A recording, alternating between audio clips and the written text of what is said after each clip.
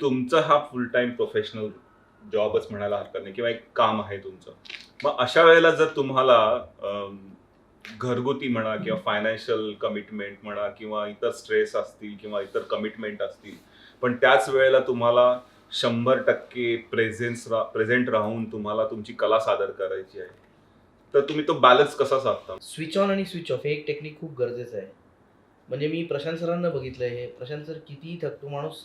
मध्ये आता इलेक्शनसाठी वगैरे त्यांनी इतकी मेहनत घेतली आमचं त्या ह्याचं तर ते दिवस रात्र काम करत होते. म्हणजे मी त्यांना मेकअप रूममध्ये बघितलं तर मी संकर्षणला म्हटलं, "संकर्षण सर किती असं हे वाटतंय." तर काही नाही शांतपणे बसले आणि ज्यावेळेला प्रयोग सुरू झाला मला कळेच ना हा तोच माणूस होता का ज्याला मी 10 मिनिटापूर्वी मेकअप रूममध्ये भेटलो होतो.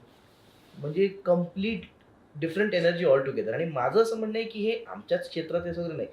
हप्ते सगळ्यांनाच असतात. प्रत्येक हां, असं आपण फार फार तर म्हणू शकतो, की स्ट्रेस घेऊन कला काय कुठलीही गोष्ट होऊ शकत नाही. तर मला वाटतं ते स्विच ऑन आणि स्विच ऑफ जर करता आलं, की आता इथे आल्यावरती इकडचं आणि हे काम चोख होणं गरजेचं आहे. हे जर का प्रत्येकाने भान ठेवलं, तर मला वाटतं मग हप्ते वगैरे इझिली भरले जातात. त्या हप्त्यांचं टेन्शन घेऊन त्याच्यासाठी जर का तुम्ही काम करायला लागलात, हां. तर मग तुम्ही बनचुके होऊन जाता. अच्छा. They are the brave ones I would say, की ज्यांच्यामुळे त्यांनी they took the jump. Didn't think about it at all. की मला हे करायचंय म्हणजे करायचंय. सो ते जे एक आतून येणारी जी हे आहे, that just takes over everything I would से.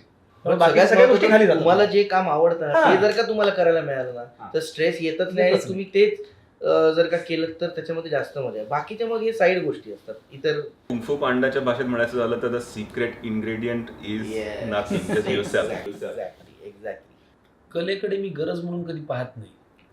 त्याच्यामुळे कलेमध्ये आनंद मिळतो. पण हेही चुकीचं आहे, की कला काम करत असताना मला इतर स्ट्रेस मी विसरून काम करतो नाही. ते डोक्यात असतात. माझ्याही डोक्यात EMI आहे.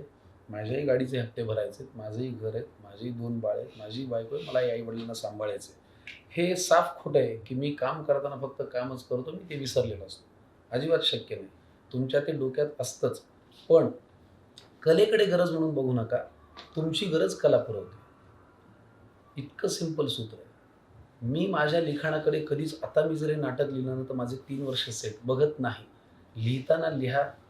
ते तुम्हाला बरोबर कुठेतरी तुमचं कॉस्मॉस गिव्हज यू बॅक म्हणतो ना, कलाकाराला निसर्गाशी जोडणारी ही सगळ्यात मोठी थेअरी आहे. परत मी त्याच वाक्यावरती येईन, कला वाया जात नाही. कला वाया जाऊ देत नाही. हे पहिलं. आणि दुसरं, काही गोष्टी आपण पाळत असतो, पण त्या काही गोष्टी कोणी आर्टिक्युलेट करून सांगितल्या त्यातल्या त्यात मोठ्या माणसाने, की त्या लवकर कळतात.